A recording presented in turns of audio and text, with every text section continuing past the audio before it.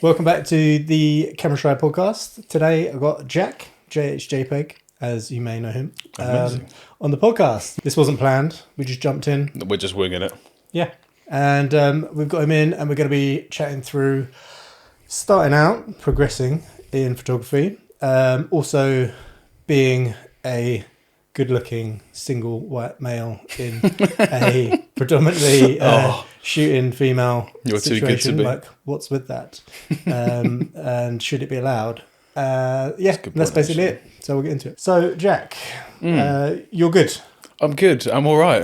I've never been on this couch before. You've tried such a long time to get me on this couch, but I'm finally here. I think so. Well, it was a good opportunity to do it, as you were going to shoot today. Yeah. And it fell through, but these things do happen, which is something that I have been trying to actually just get used to. Like, you have to be, I think maybe in this industry, you have to be okay with the fact that some things you just have to reschedule. Like, not everything is always going to go to plan. You do have to be okay with the facts, and you just have to be able to adapt as well, as we've been discussing earlier. So yeah. Like, try having a studio. Like, the amount of people that are just like, oh, these days, and you're like, okay, and then they're just like, can we move it 3 months? And you're like, well, that's the thing. Yeah, that's the thing. I've never used my Google Calendar, admittedly, so much. Ever since I started getting into photography, it has literally been a case of I live and breathe by, obviously, I'm just planning 2-3 months ahead. So like, my September is already pretty much plotted out in terms of weekends, because I work full-time as well. So I'm trying to obviously balance the two all the time, and even up to October. So when I message people, or when people do come back to me, I'm like, okay, we can do something, but are you free in October? Because they might be full-time, actually. So for them, they might be thinking, oh, I could possibly do next week on a Wednesday, but I can't do that. It's not really in the scope of what I can do. So I'm already planning so far ahead, which can be a bit time-consuming, but obviously in this industry... And when do you get a break? Like, because I don't... That's the thing. One of the things that I've been learning, especially because I've become slightly obsessed in this whole entire world when I first started, is that I've been trying to actually make the time for myself. And I heard someone else talking about this as well, and they said that they actually schedule in on their calendar their own free time. Okay. And I thought, okay, that's an interesting concept. Even if you sit leave there, the camera at home. Yeah, literally. Yeah. And I've had to do that in times when I've been invited to birthdays or family things.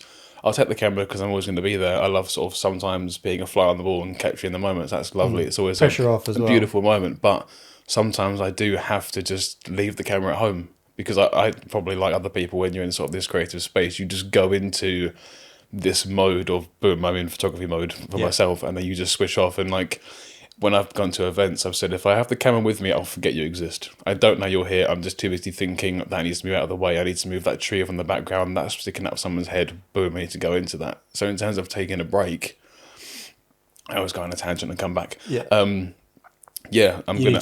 have to like schedule time in, even if it's like just spending an hour just watching something on Netflix or catching up or listening to a podcast or another skill or something. You just have to do that. So taking a break can be very difficult. So admittedly, when sometimes things do fall through, obviously I would have liked to have done that. And when you go through that, it's lovely and it's a long, tiring day. But then you come back and you think, I'm so glad I did that. When things sometimes do fall through, I'm so opportunities like this. But also sometimes I think, oh, great, I can just have a lay-in. I can just sort of recoup, do my own thing for a little bit, rest, go back to square one the next time. Yeah. So it's, Well, I mean, I've put all the lights on in here to basically have it as a changing room for your potential model today. And I was like, well, the lights are already on. Yeah, all I wanted to do is stick the cameras on. Do you want me to get changed? I can do that. Normally we have the cameras off when it's a changing room. So good put you normally, So tell us about your journey so far and what you shoot as well, because everyone loves to know. Okay, so I first started in 2021 January. So I've been shooting for, say, sort of 3 years or 3.5 years now. We're coming up to the end. So possibly, we're on the home stretch up to 4 years. And I predominantly shoot portraits and fashion now. That's kind of the end goal that I want to go towards. That's what I think I want to go towards as well, because things do change. Yep. And predominantly work with more female models than male models, but trying to get some more males on the feed as well. But when I first started, a bit of a background story. I was always surrounded by photography. You said that your dad. Yeah, so my dad shoots. He's a hobbyist his whole entire life. Actually found out recently that came down from his dad, my late granddad as well. Oh, okay. So I've actually inherited my late granddad's film camera. Don't ask me what it is, I've forgotten. Actually, no, I think it's a Canon A1 Right, okay. with a zoom lens and a prime. So I've got that. That's how I started, essentially. So, but I was always surrounded by it from growing up. Dad, when he shoots on the weekends and from doing it years and years and years and years, he used to go to photography clubs back in the day, and he'd go with other different groups and magazines, and they'd pitch together and shoot with the model or something. But he fell into shooting landscapes and wildlife. That's his whole entire thing. So he's always in the bushes sniping birds, the feathered kind, not not women. Just to clarify that. So I was always surrounded by it. But when I was growing up, I didn't like photography at all. I generally didn't understand the point. Was that because it took your dad away from you? Not so much not in that regard, but it was more of a case of we was always an active family, and we still are. So we'll always go on hikes and things. I think we've been to Wales more times than I can count now, and more than sort of 10 plus times. We'd always go on hiking trips and that sort of thing because we loved that, and we still do. I grew up going through like Beaver Scouts, Cubs, Explorers, that whole entire thing, and that was my thing. So I loved the outdoors. But being like a nonchalant 16-year-old or like a 13-year-old, if we were hiking up Snowdon, which already takes 4 hours, it would take twice as long because he's too busy taking panoramas and obviously just shooting all the photos. And I never understood that. I was just thinking, my legs hurt. I just want to get to the top so I can go home and eat something. I was just knackered. That's what happens, isn't it? I just had this whole distaste of photography. I was like, what's the point? It's still going to be here. It's a mountain. Take it in with your eyes. Exactly. So, and I was always... I was taking snaps with my phone. I was always the guy that would be asked to take the photos because I had a bit of an eye for it, which I also think to an extent, I do believe that anyone can take a good photo. I do think there is an element that if everyone started off at the same point and you can all learn to take good images, but there is some nuances to that as well. But I was always the gent that was learning how to take these photos. I was always on being asked, so I always used to pick my phones based on the cameras. Yeah. And lo and behold, fast forward up until just life in general, it was maybe a classic story for some people taking up different sports and activities and skills, but it was COVID that got me into it. Yeah. Basically, it was at one point where we was all, during lockdown, you weren't allowed to do anything. Beforehand, I was already wanting to take some photos. So Dad would go out with the camera, we'd go to Norfolk or Suffolk and shoot these locations. I'd go with my little Pixel 3. So while he was doing long exposures, I'd be squatting on the floor with the phone upside down thinking I was really cool and doing reflective stuff. Obviously wasn't the same quality. And then that sort of prompted me to think, oh, well, if I actually do buy a camera, maybe I do actually kind of like this now. I kind of understood where he was coming from. So my journey starting off was landscape. Yeah, predominantly. So when it came to COVID and was locked away, yeah, but essentially, I bought Sony A6000 with the kit lens. It was all I could afford at the time. I didn't want to spend loads and loads of money. I thought I'd just buy what I could afford. Still must have been like 800 quid. No, less than that. Was it less? The body and the kit lens, it cost me just shy of, I think it was 300. Oh wow! Which in this world is dead cheap. Is ridiculous, and it was a. No, it wasn't a second hand. I always commend and always recommend if people want to get into it that they do second hand as well, because there's nothing wrong with that at all when camera gear is expensive or anything's ridiculously expensive. And then once it's out the box, there's a couple hundred off normally anyway, right? That's the thing. But if you can pick up a second hand A6000 and a kit lens, you're looking at sort of 200 quid. And then I just bought one lens, which was a 35 prime. And the period of time where good old Bojo and Boris said you're only allowed to go out once a day. Yeah. He didn't say for how long. Yeah. So I literally went out. I thought, okay, if I'm going to give this a shot, I want to give this a proper shot. So my little area, I'm based sort of near Stansted Airport Way. There was a couple of parks, and I just thought, screw it. I'm trying not to swear. That's fine. I just thought, fuck it. I'm just going to go out. And I went out every single day pretty much on and off, nearest damn it, like 30 days straight, and I went around my local area, my local park, and I just absolutely bled it dry with this camera, and I just took every single picture I could possibly think of, and I just documented it, and I stuck it in a folder and thought I might get good, I might stick, I might not. It could be a phase, and therefore I've only invested a small amount of money considering. Yeah, you can always sell the camera again afterwards. £300 is still a lot of money, but if I started off and I spent $2,000 or something and thought, oh, I feel like I have more of a commitment, I didn't have that pressure. Yeah. And then it did just stick. I then purchased a lens, which was a 35 1.8, as I mentioned, and I just had that for a long time, basically. It then grew into when the world started to open back up again through sort of going on Instagram and trying to figure out what I enjoyed and just following accounts that I just enjoyed the photo. So it was a mixture of street photography, some portrait work, some landscape, automotive, fashion, the whole sort of spectrum. There's this group called UK Shooters, who some people watching them obviously might be aware of. A nice sort of team, really, really lovely guys. Know a few of them now on a personal level as well. But as well as that, there were some other groups that were sort of getting together. And I got invited into a WhatsApp group of all these people called, I think they're just called UK Creatives, just people that all did street photography. Yeah. Started sort of mixing and just sort of socialising, because that's all you kind of could still do in that kind of period of time. And eventually one of them said, hey, we're doing a London street photography walk, just getting together. A couple of models are going to be there. Just see what happens. And I thought, screw it, I'll go out there, I'll put myself in an uncomfortable situation, going on my own, just meeting all these strangers, where the only thing that we all had in common was that we liked taking photos of stuff. Yeah.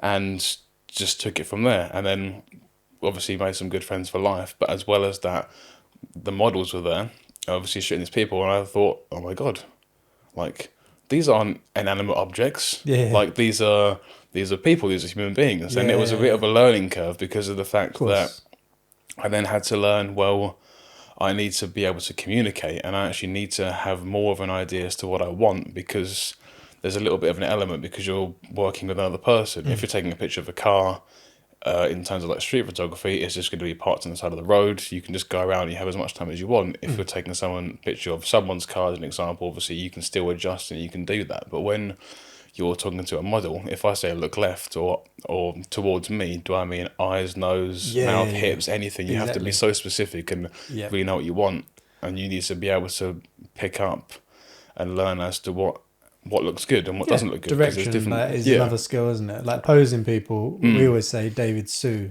I don't know if you follow him. Oh, it rings a bell. Chinese guy poses women, but he does the poses as well. Like probably acts everything out. Monkey see, monkey do sort of thing. Just follow my lead. And he's really good. Like does like a course now, I think, as well. But that whole sort of like body face towards me, head turned towards that light, eyes towards me. And I'm still learning that to this day. I don't think there's anyone.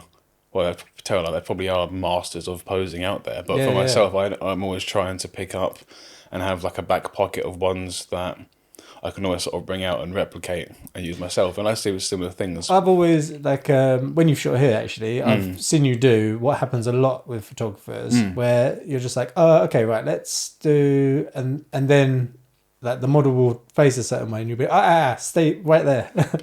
Stop there, right? Yeah. Because that's sometimes you just catch something. Like I did it last weekend when I was videoing, and one of the models was on the floor, and to get up, she put one leg in front and did that. And I was like, how do you do that? Right. And then I stayed quiet. Yeah. And then they were like, oh, I need other shots. And I was just like, me, I've seen one. I was like, do this one. Like earlier you got up and you had one leg sort of like frog-legged in front, one leg sort of like behind. So it's kind of like the splits, but like you can't see it, but you sort of have one. It's like that, exactly. And then they can sort of hold their knees. It's more comfortable. She was wearing these big flared trousers, and that's cool. And it kind of like made a lily pad effect. Yeah. And I was just like, yeah, it's really cool. Right, so let's get that.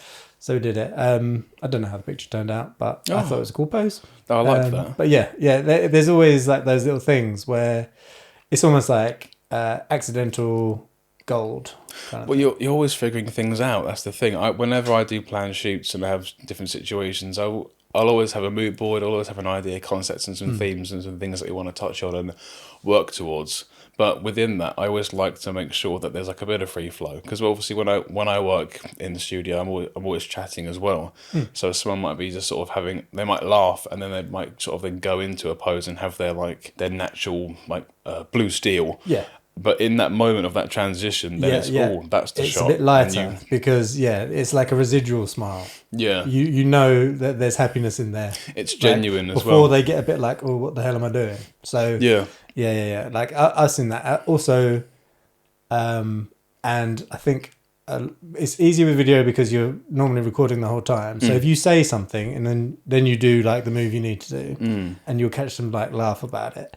But like a lot of time, photographers drop the camera, say something, Oh, never do. and then they miss the laugh. Yeah. Like and the cute thing, and it's not posed, but yeah, I always see it, and like with video because it's always recorded pretty much. I tend to catch that a lot, and it's better for BTS anyway. So There's a planned candid, as they call it. planned Candid. But at the same Is that time, what you say? Now laugh.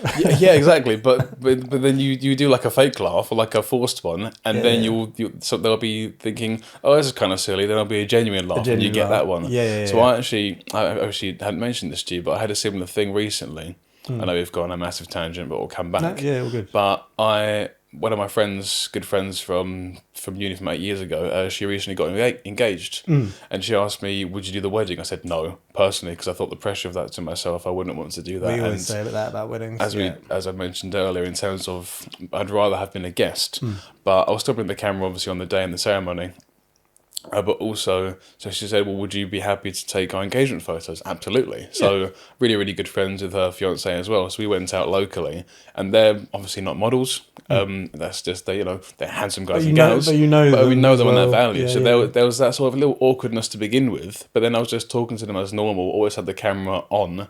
And then and I was just, pretend that you love each other sort of thing. And then they just sort of got into it. And there was a little bit of awkwardness. And then they were just laughing because of the situation. And then it became genuine and got some lovely, lovely photos, which I don't know if you put things up on the screen, but I could obviously show you some of them afterwards. But obviously they've been used it for the save the dates and engagement photos. And you look at it and go, holy shit, like are they paid? And it's just that genuine moment, which I always do try and capture if I can, actually. Yeah, I think there's certain shoots that really, really warrant a nice natural thing, like the engagement, the walking. When they're like, okay, just walk towards me slowly, bumping into each other, jostling, whatever. And you get so many moments in that where people just it's almost like like between each other. That's kind of nice. And you get like nice moments there. We actually said on our podcast yesterday, actually, but it hasn't been released yet. We had a bit of confusion between proposal shoot and engagement shoot, because like the proposal ones, where there's a hidden photographer or he's pretending to like do something else, and then they're like, oh, we're on a walk, like, do you mind taking a picture of us? And then the guy gets down on one knee. I've never wondered how that's been actually planned. I've known a few people that have done that, but I've not asked them what's the process, because to catch them out. The guy would know. The guy knows. If obviously the girl's and then unaware. The photographer says, meet me here, drops a pin. Yeah. Like, I'm going to be shooting. When you see me, walk to like the river edge or whatever it is. Go to this location. And when I say, oh, do you want me to use my camera for a couple? I'll send them to you. Yeah. Like, because you hand them the phone, so it doesn't seem like it's a big deal, right? Yeah. And then you get the moment where he's just like, oh, that's really nice, guys. And then the guy drops down. And then you get the thing. I guess that makes sense, doesn't it? He will. I never. Yeah, so the gent would be like, oh, you're a photographer. Oh, do you mind if you take a few photos on my phone? Oh, no, that makes sense now. We're so sly. Oh. Yeah. God. But yeah, obviously engagement photos themselves, I guess the whole entire thing is planned. That was the thing. I had to make sure we got the ring on. But my the fiance, bless him, he actually had a my friend, she damaged her leg doing exercise the day before, so she was hobbling a little bit. So then when she was finally walking normally, it was fine. So it was all like, oh, I hope she's okay. She was sort of stressed and worried. But her fiance actually had an operation, had like a big patch on his leg because he had like a mole or something removed. So then that meant that every single photo I had to obviously Photoshop, which is not an issue at all. But ideally, ones that we could shoot closer up obviously would save me a little bit of work, but and less stress on them, because he was thinking, I've got to turn this way to not show the bandage, and it's like, don't worry about it, it's fine. How is your or how do you find your post-production? Because I know you said in the lockdown you would just shoot the shit out of like your local area. Like, were you putting everything through post, or were you or were you being quite selective then? In terms of, there was very minimal post-production because of when I first started just shooting on the phone before I bought the camera. the post-production would have been, oh, that's a cool street photo, snap on the phone, and I didn't have Lightroom or Photoshop or anything, I used an app called Snapseed, Right. which is the Google editing one, which I still use every now and then for specific, there's some tools that it has which I think are better than others, but they're all coming up to par now. Capture One is something I really want to learn how to use. That's, I've been told and I've heard that that's the like Da Vinci of photo editing. It's just the absolute bollocks in terms of you have so much control over everything. So Right. I think that's also what a lot of people use. Were you shooting RAW or JPEG? I was shooting RAW. You Still were? am, which is I need to learn how to, not learn how to turn that off. I know how to turn it off. But sometimes when I'm doing things for family days out or just events, I'll still shoot in RAW. So I've got these huge file sizes. And then obviously I need to... getting into that like collection or album is a lot, because that's what I've like. If I end up taking raw pictures of my family, like getting into that album of 90 gigs, of footage or whatever, well, I'm just like, well, that can just live there forever. That is the benefit of the fact that I have APS-C and not full frame, I guess. They're not the larger file sizes. Right. But yeah, when I first started, everything was raw. When I've learnt what raw was, because I was taking these images in JPEG and obviously had the processing, I could do a bit of manipulation, but I thought, oh, how comes the image starts to fall apart if I push it, adjusting whatever I was adjusting at the time, and I had to learn that. Now most things, especially for sort of clients and studio work, is always shot in RAW, so I've got that leeway. But other things, like you said, and it's not so much of a file size, it's still enough. I've spent a weekend having to try and back everything across. I've now got, from 2021 up until now, I've got 4 years worth of just raw images that are now going across. But yeah, post-production, when I first started, it was very much a case of take the image, stick it, get it onto my phone, use this little Snapseed app, try and do some filters, learn how difference between whites and highlights, difference between blacks and shadows and that sort of thing, and get to grips with it. Then when I finally got Lightroom, that obviously opened up the world because I had more control and I could understand, and my images were starting to look like other images or things that I wanted it to look like, and it was learning how to use tone curves and things, which I'm still trying to master now, and get into grips with masking and what you actually can do, because that's a ridiculously powerful tool that I never realised how powerful it can be when it's done correctly. It's got much more powerful in Lightroom now than it used to be. Like, it would be normally that you would have to take it over to Photoshop, mask there, do your changes, then if you could send it back. Otherwise you're in Photoshop for I still don't have duration. Photoshop. Exactly. I don't have so I mean, like, all the advances in Lightroom just probably really There's helpful. some things. But you must get that on your Adobe plan though, right? You could have it. So my storage at the time was already quite lacking. So when I went for the Lightroom plan, I opted for the 1 terabyte cloud as opposed to the basic one. Okay. So I've always got that. So everything is on the cloud on Adobe, which I'm now backing up to physical hard drives as well, because I want to change it to the other plan where you get Photoshop. Right. But I'm worried, and I haven't been able to find an explanation as to if I change, and obviously I'd have to decrease the cloud storage, am I going to lose everything? Oh yeah. Because I've used a terabyte. There's something like 900 gig on there, which is mad. If you reduce down, am I going to lose that? Do they just delete? Do they delete 400 gigs of it? I don't know. Willy-nilly? So I'm just slowly chipping away and getting it all downloaded onto the hard drive, just so I know that if I then finally do take that jump, then I can. Because there's some things in some of my work and some things that I'm trying to emulate now where I thought, I could do a Photoshop. I've got a feeling that they probably hold your disk space ransom and say you need to upgrade to this one. Oh, there's probably a hidden plan somewhere that I'm unaware of. Yeah, like £100 a month or something stupid. But like you get bolt-ons and stuff like that. Like, it's the same with everything. I was saying this like a couple of weeks ago that we probably spend over $1,000 a year on subscriptions quite easily. Well, this is the thing that obviously they don't tell you when you start out. When you learn, there's all the different behind the scenes things. I guess when you're looking at things in terms of a job perspective, when you're costing things, because that's, I guess, a topic that everyone always discusses, is that where you should place yourself, how much are your rates, what should you include, what shouldn't you include. Something I've very much been learning, because for someone that's only been shooting, from 2021 up until now, but 2022 onwards is when I started taking it more seriously. It's only sort of the back end of 2022 up until now where I've been getting paid work. I've been now trying to figure out, what do I charge? What should I be charging? But you do have to take into like shooting consideration. an event is different to a like fashion shoot, Yeah, for instance. yeah. Like your deliverables change vastly. Like an event, you might deliver 400, 500 pictures, but you know, like if you're doing like a shoot with a model, and then you might give them 8. Like just be like, those are the 8 that are good enough. Well, like, a wedding is a good example of that, isn't it? When you pay for a wedding, my friends who got married, they were saying that they had a package deal because the group was a videographer and photographer recommended by the venue. Okay. Cost them $3,000 for both. Yeah. And I think she said that she would receive, I think it was 600 final images. Okay. So you're looking, that's the cost you're paying. But then compared to a fashion shoot or portfolio update, you're lucky if you get maybe 25 to 50 realistically, at least in my experience as well.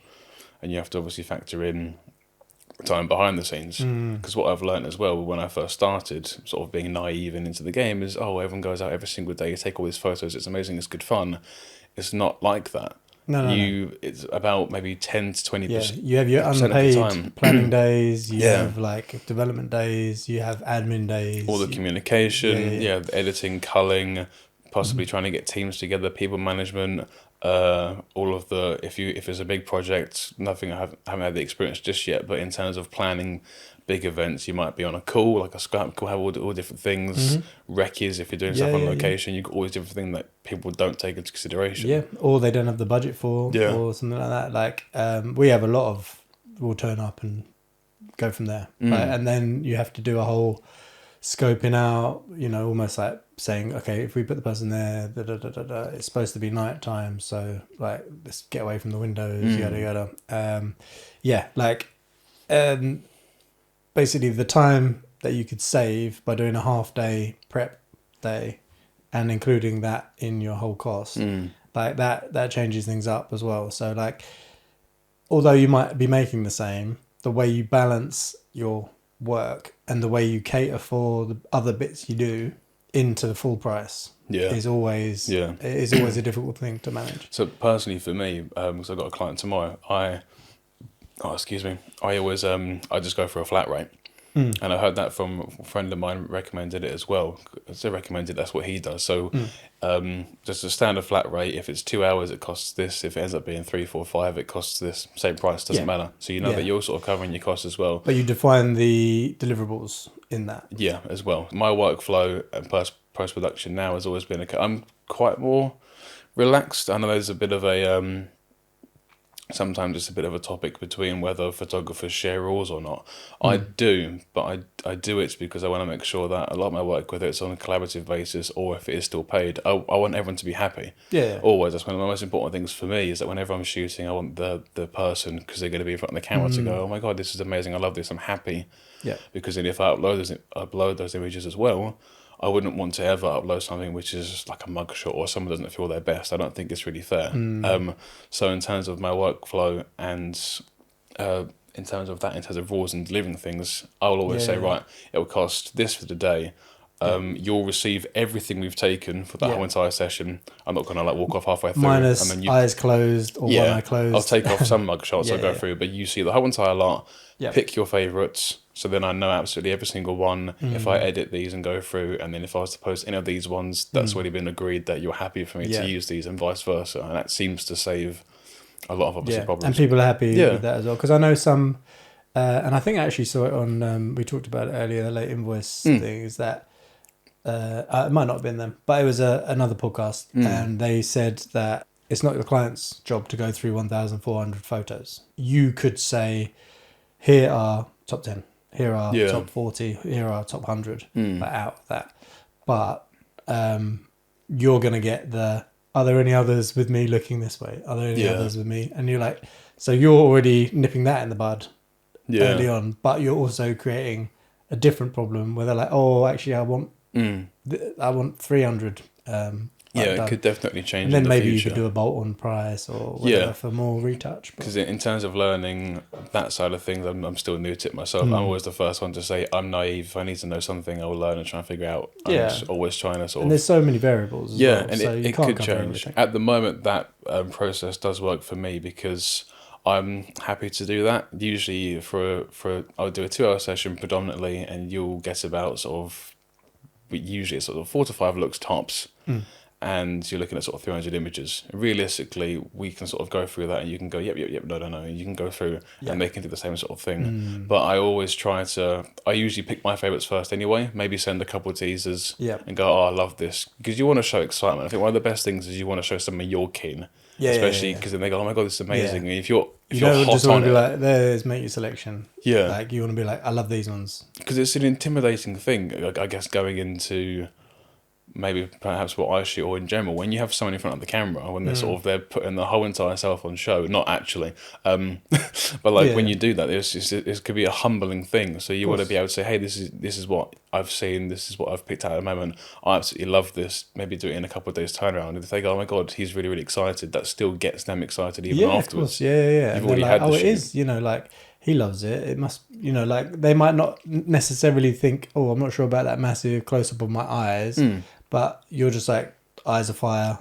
Yeah. I love that one. And there's still, I think that can also be variant things that I'm learning now. Obviously, we'll go back to obviously I'm going on a massive tangent, we'll come back. But now sort of fast forwarding to what I predominantly shoot after. So it started off with street photography and landscape, eventually found some models, loved that, loved the communication side of things and being able to work with people. And I think that's why I hit the nail on the head as to why I actually wanted to do more portrait work, because I've always been a bit of a people person, always been a bit of a chattier person. I just chat shit all the time. Yeah. So I love getting to know people's stories and where they've come from and how they've found themselves in this world. And I love just getting to know people, because you do get to meet some interesting people. Also ties into when I was at university, I studied English language and communication and creative writing. So I've always kind of had that flair of getting to know people and talking. So then going into portraits and things as well, I love that, because you get to know how people sort of come across, and it gets to show. In a way, if you weren't talking to them, if you didn't know anything about them, how are you telling their story in their portrait if you don't know anything about them? You're just like, I'm just taking them for face value, right? Yeah, so exactly. If you're like, actually, no, you're like a really fucking fun person. Yeah. Like, let's have some of you smiling. Let's have some of you, like, that's a big thing. Like, if someone came in and you just went, okay, stand up against the wall, but was and terrifying. no chatting, and it would be quite difficult to tell their story in a picture. Yeah. So I always try and make sure. I always want to get the best out of who I work with, but like you say, always have a communication. Always get to know their story. Or have a bit of a laugh, what they like and what they don't like. From that as well, you get to kind of pick up on their interests and things, and you can then tailor that to what you shoot and how you shoot it as well. And like you said, I think it boosts their confidence as well. Absolutely. Right? One of the things that I think I say get most out of it, for a better word as well, I guess. And we had it when we had Maria here for one of the Create Days, because it was her first time ever modelling. Okay, right. And her response, and her response was, "Holy shit, is that B?" And I was like, "Yeah, that's you, like fucking stunning." And it was that kind of, I could see that she just lit up. Yeah. And that was one of the things, because she had that confidence boost as well. And that's what I love doing it. So whenever I try to work with anyone, most important thing is that they look at the images and go, oh my God, I can't believe this is me. Like, even if they've been doing it for 20 years or it's their first time, I like that. Yeah. That's the best thing about it. It's almost the reverse thing to, like, oh, your camera takes good photos. You know what I mean? I have heard that a few times. It's like, oh, your camera takes... It's like, no, we've done this together. Yeah. Like, my camera just happened to be in the way, you know? So it's so you having that like rapport, you've created this thing, this look. Maybe it was angle, maybe it was the posing, maybe it was the lighting, but you've brought together this image of someone that they're just like, ooh, hello. Yeah, and it always seems to be, I think this is the style that I've sort of now tries to dial in and go down, and we'll sort of circle around to, I guess, the styles and what people tend to do, and I guess what I've seen in terms of how people tend to shoot, specifically with female models as well. But my work, I like to think, is more of it kind of puts them in like a little bit of a spotlight, but in a way where it's just, you could just say it's nice, but I like to think it's more than just nice, because it's good quality images, and I'm always striving to improve. But you look at that and go, oh, that's lovely. That sort of thing. Sometimes I like the response to be like, you kind of want to look at it and be like, I keep saying like now, you've put it in my head. Giving you, the mentality is you kind of want the model in yourself to look at it and go, that's fucking hot, but that's also you, and that's 100% how you are presented, and had nothing to do with it, and then you get that confidence boost. Yeah. That's kind of the gist of what I'm going towards. So it's very much, I tend to do a lot of things which is less.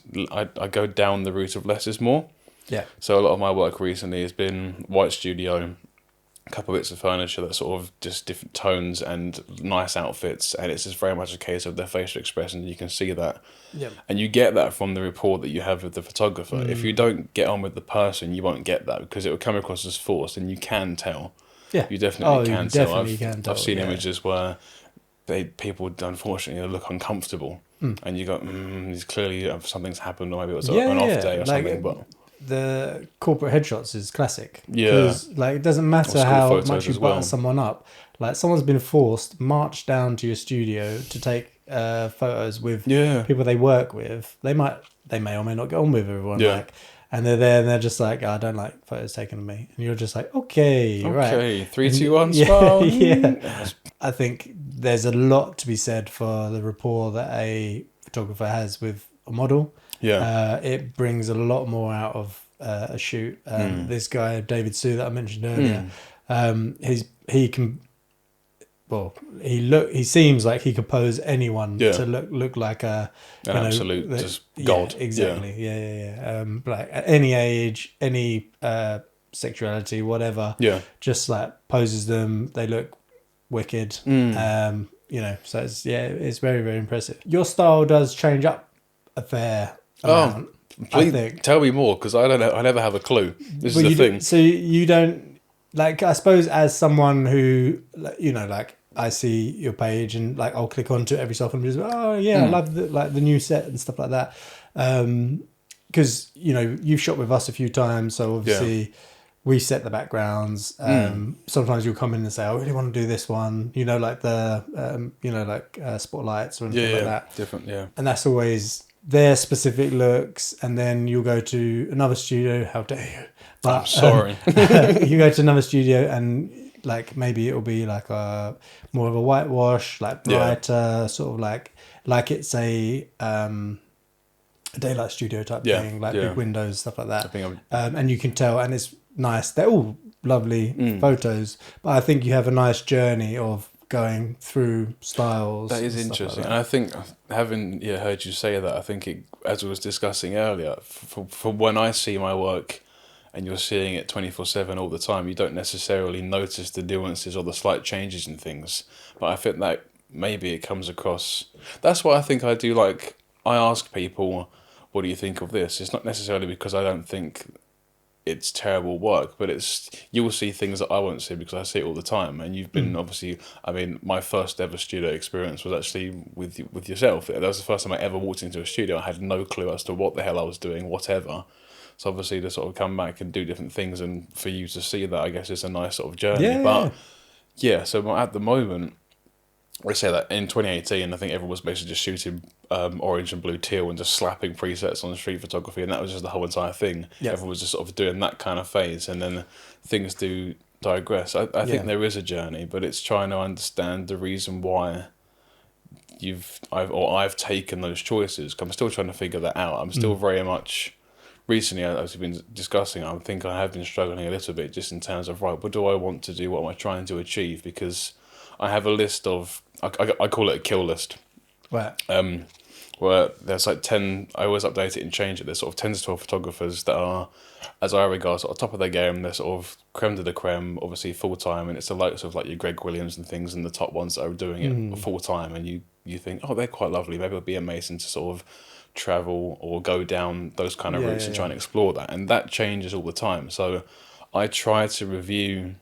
I can't see it myself. I can see little things that I'm doing, and I can try to really understand the decisions why I'm making certain things, and sometimes they come to you, sometimes they don't. But if I always review these other photographers when I first start sort of reviewing them, it then tells me what I'm interested in. It can change. So at the moment, I think I do a lot of my work has been slightly more on the warmer side, ever so slightly. Right. With at least I think it is with the like the natural light studios, that kind of thing. It's very much the model of themselves, but there's like a bit of a warm tone to it, and I think that's because I want the person to come across as sort of warm, for a better word, sort of friendly and approachable and just lovely. That's kind of the thing I'm going for. But then if recently beforehand it was very much sort of playing with different colours and different backdrops and quite sort of harsh in your face, and it does vary. But at the moment I've been settling on this kind of style where it's kind of, because I'm predominantly obviously shooting more girls and guys, it's kind of like the girl next door type style.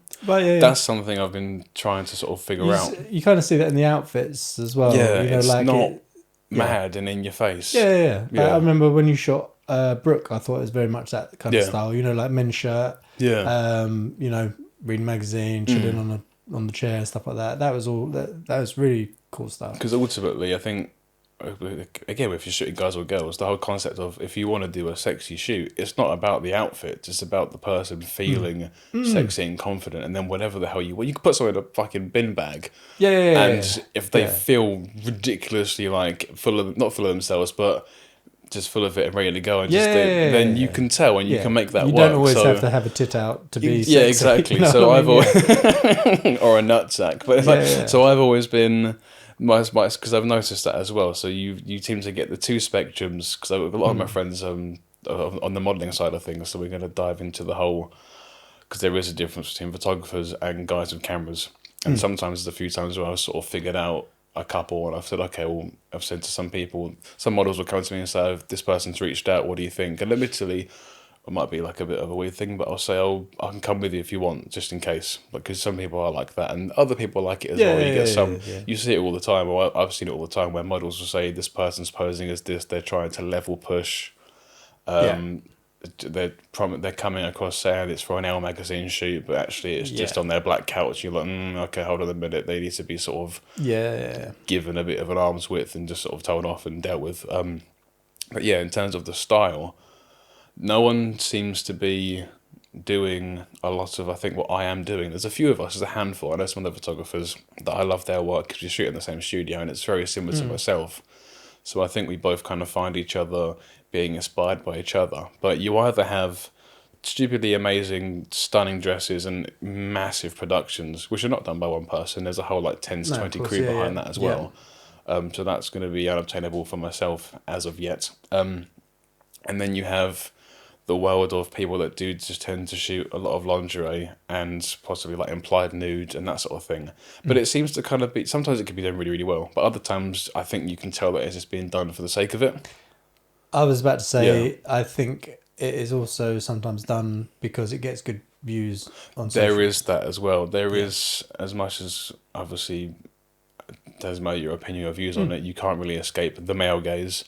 And also the female gaze as well. You can't. There is lesbians. There is very much a case of if you have a stunning model, guy or girl, and you post them in an outfit that's also a bit sort of revealing. It doesn't have to necessarily be. You're most likely going to get some sort of good traction because people look at it and go, "Oh, that's hot," and that's just kind of how. Well, you can't really escape that. So I like the fact that I guess of when I do a lot of what I do, it's not like that.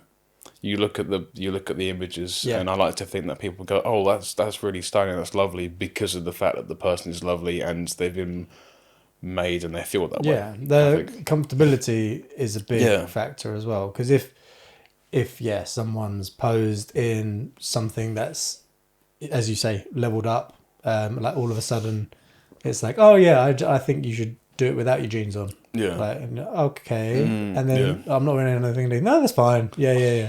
Like, all of a sudden, you're the seedy man getting a young model to get naked for your collection. Yeah, but it's just... it doesn't matter how, like, what kind of arty thing. But if that's the journey, then it's the journey, you know, like... I was going to say, like, one of the things I wanted to ask about is, because I'm not a photographer, I do video.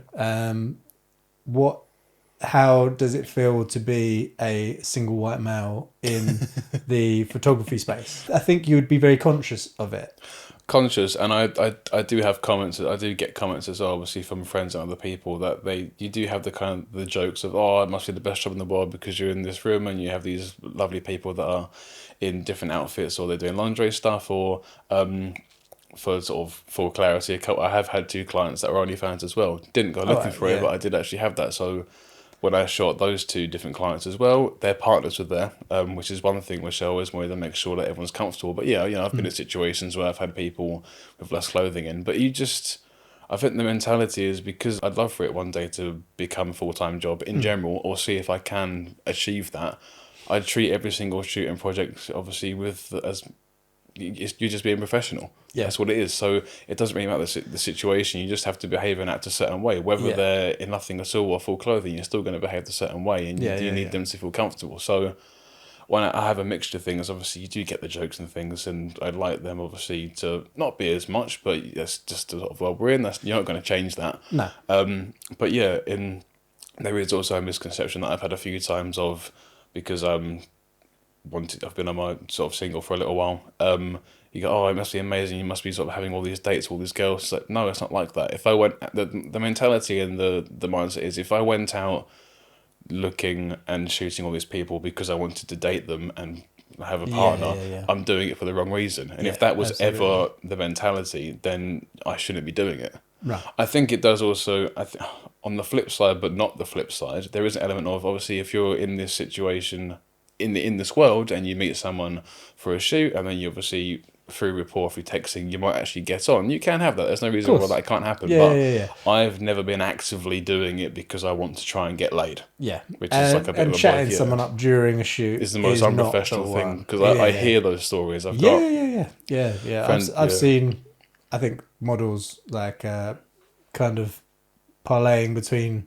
Everyone talks. Like, it's like, oh yeah, what are you doing after? Stuff like that. Like, well, I don't know. Like, It's also a very large, small world. So a friend of mine, she predominantly shot sort of lingerie and a little bit of implied nude and some topless stuff as well. Obviously, gets quite a lot of sort of people trying to hit on her, that sort of thing. That's quite common. Yeah. Other people, you don't hear it as much, but you'll hear stories. A friend of mine who I shot with, I think it was my most recent one, this girl called Eva, lovely girl. She said a few times that obviously afterwards photographers have tried to sort of reach out and ask for dates and things, and if you're on like a friend basis and you've known them for perhaps a long time, I don't think there's anything wrong with that, but at the same time it's still unprofessional. I think there's a correct way and a wrong and an incorrect way of treating how you do that sort of thing. Yeah. But in terms of myself being a sort of in this world, there was also an element where I thought, oh, have I completely ostracized myself in terms of dating in general? Because when I've had a few sort of relationships and a few things previously, and I started to get into this world, obviously I wasn't doing it because I just wanted to shoot attractive girls. The thing is, you could say a non-model, if you were chatting, and then a civilian, found out that you were taking pics of OnlyFans as an example, on your weekends, and that was something that you love to do. Like, they might not understand that. They might not understand that it's a hobby, a vocation. You know, like it's one of the things that you love to do, and creating images, art, stuff like that. They might just think, right, so you're texting girls to see if it's weird. They want to meet up on the weekend to shoot. Right. It's very bizarre. It is an interesting one for sure. Like, when we're growing up as well, we're always taught, not to really meet strangers. And in this world, you're pretty much growing up, and all any of us are doing is messaging strangers and asking to take photos of them, or vice versa. It's such a weird thing, and there's that extra added element if you're a single guy or single girl messaging like a male model or a female model. You've got both sides of it. So I think, but it's also a testament to your own character. And I like to think that anyone that obviously knows me personally knows that you can just tell that it's just a professional job. There's no like facade or anything, because I think there are some people, admittedly, I've heard some stories of people, not going to name names, but there are some people that are very, very good, but they've made comments and they have made advances and things, and you go, oh, you shouldn't be doing that. But because their work is so good, sometimes the models still will work with them because they know it's good for their portfolio, which is another thing. You do. There's a whole. That's more, like, I guess, like Harvey the darker Weinstein side. level. Yeah, there is like a bit of a darker side of how you can and can't do that. But in terms of me, when I first started shooting and sort of getting to use that, I was always admittedly, possibly will sound nerdy or not, but when I was like in school, I used to love the Victoria's Secret fashion shows, which sounds a little bit kind of completely being a hypocrite of what I just said, but I loved it because I thought the outfits and the coat and the dresses and everything and the production was so cool. So I used to love that. So whenever I've done these outfits and things, I just want to look at it and go, fuck, that's a really cool outfit. Don't really care who's in it. Don't just it's the production side of things. So but when I first started shooting, I always made myself, like you said, I was a bit conscious to begin with because I thought, how am I going to come across? It's a new world. It's a little bit, it can be daunting at times. Everyone's just a person, but it can be daunting if you have got someone in a situation where they're obviously in like a specific outfit or something. Like if you're shooting lingerie, you have to be comfortable. But some of the things that I've always done when perhaps reaching out, people have come back to me, if there's sort of like tips as to how to approach things, I've always made sure that if ever it's the first shoot with a new model, never do anything like that at all, just because I think it's just weird and uncomfortable, unless perhaps there's someone who's been doing it a long time and they're happy to do so, but I'd never ask that myself. Yeah, it's always or they've suggested it or anything like that. Yeah. It's usually a case of, well, here's sort of my mood board, here's sort of a bit of a vibe, that's what we're going for, what do you think? And at any point, obviously, if someone is not happy with certain things, you won't do that. I've been on set in studio with someone and she's gone, oh, what do you think about if we try this? And I've gone, well, it doesn't really go with the rest of the looks we're going for, we'll try it. And then she's come out and she's obviously in this outfit and she's gone, oh, I'm not too sure. I was like, okay, fine. If they're not comfortable in a specific outfit or a look or a suggestion, we won't do it because it's not fair on them. It's not going to be of any benefit to anyone, and you'll also be able to see in the images that they're not comfortable as well, 100%. So I've always done that. So, and it's also building a rapport with someone. So a lot of people that I have shot with, I love to always shoot with and work again. And the images always do get better and better because you know the person. And then all of a sudden you do kind of go from model photographer relationship to you just shooting with your mate. And then you kind of, everything's off the table as far as you sort of, there's no barriers sort of broken down. You can be more comfortable. You can try more things as well. You're shooting with your mate and you both know what you're doing as well, which is different to like someone picking up a camera and shooting with their mate. And you start to learn as to how other people shoot. So I had a shot one time with one of my friends. I say friends as if they're all my friends. Some are obviously, they're all pretty much sort of colleagues and mates because the world we're in. But the first time, like the first hour or so was trying to sort of pick up on how we shoot, and then the second session we had together, it was very much a case of, oh, I know your style now, I know what you want, I know what you don't want, and then you just go bam, bam, bam, bam, bam, click, click, click, it just works. Yeah, exactly. But the whole kind of shooting the sort of the more kind of risque or like explicit stuff, it's there still has to be, I think there has to be a purpose. If you're shooting a set of images, if it's ecom, as an example, I've done ecom only a couple of times, but if it's ecom, it's going to be a case of, well, obviously you're just showcasing the outfit. It's very much just stand there, turn left, turn right, do bits and pieces, job done. But if it's a bit more creative, you kind of want to be telling a story. So the outfits, you do still kind of want them, there has to be a reason why they're in certain outfits, or there has to be a very predominant, they're doing this because it's this theme. A friend of mine shot a Marilyn Monroe type, what's what I'm looking for? Like a replica sort of thing with this, with a mutual friend of ours, and it's very much a case of she had long blonde hair covering her chest and different outfits, and it was very much a case of they're doing this because it's like this, and it's like a reminiscent and like a what's what I'm looking for? Not montage. I've forgotten the word. Homage. That's the one. Close. So for myself, I shot some lingerie things recently. A friend of mine, she happens to have, had a bargain because she got an agent provocateur lingerie set in a charity shop for like 20 quid, which is a steal. I was like, okay, fair enough. She went, do you want to shoot this? And I thought, well, I haven't actually got any lingerie stuff on my feed. And I'm comfortable with the model. We've done this stuff before. We're quite close. We've been to events and things together and obviously been out sort of socially as well. So I was like, let's go for it. Let's give it a go. So I did that predominantly because she wanted to do it because it was more her thing. She was comfortable. She knows me. Yeah. And also I wanted to do it to show that I can do that in terms of it might open some opportunities in the future. Yeah. So there's always got to be a reason for doing something like that. Yeah. Like stars align type thing. Yeah, like because then you obviously, again, we're sort of looping back, but you can tell if images are clearly if there's a girl, I've seen it recently where, again, I don't like using the word in terms of good or bad. I always like to think of people that are on different steps of their journey. But say someone who's at the beginning of their journey and there's a model and she just went like a leather jacket outside and it's lingerie and it's a bit kind of risque, and it gives off the effect or the impression that perhaps is being taken because the girl wanted to do it and not necessarily the girl. But Yeah. But that's the thing. You don't want to be giving that impression across. Like, if it is the fact that the final image looks forced and that wasn't your intent, then you kind of failed in what you're trying to produce, right? So yeah, I think that's a very valid thing. Like, you see people's art, you want their vision to come across, you want the story to come across. There needs to be a reason for it. All of these factors. Don't just be like, oh, you know what does well? Like women with titty tape on or whatever, you know, like on the nipples. Yeah. I've always seen that gets like 20,000 likes. So it might do, yeah. Let's there's obviously a reason for that, but let's just shoot that. It might work, but it does depend because there's different styles as well. I don't know if you ever came. I think there was a photographer and it became like a bit of a style.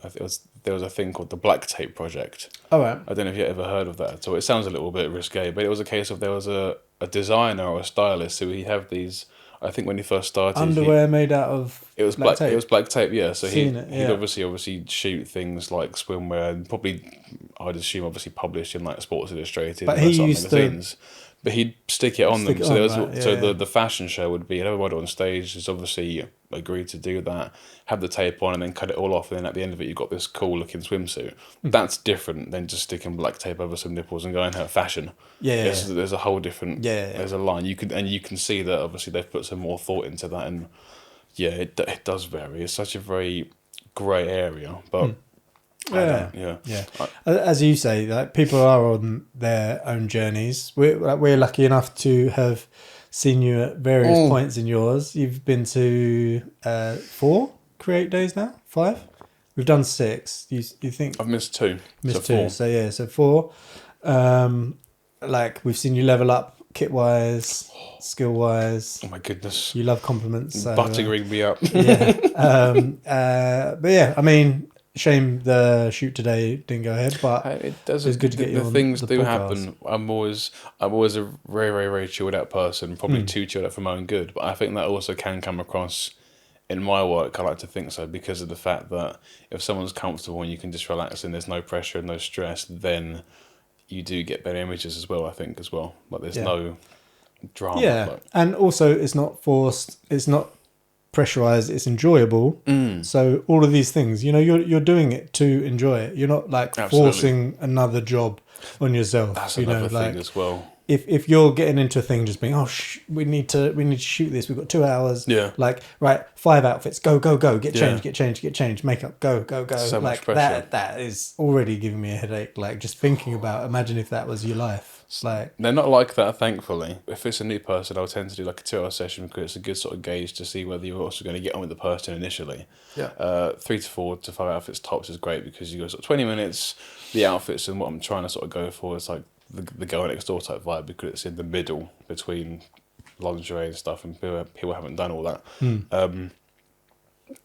It's usually sort of cozy jumpers. It's like a cozy vibe sort of thing. Cozy girl next door. So you can smash out 3 to 4 outfits because it's not hard to change into. But there's still not that added pressure. It's very much, if you would do it, we'll do it. If you don't fancy it, we'll do something else. It's very laid back and calm, and people tend to enjoy that and hopefully see where it ends up. But so where can people find your work?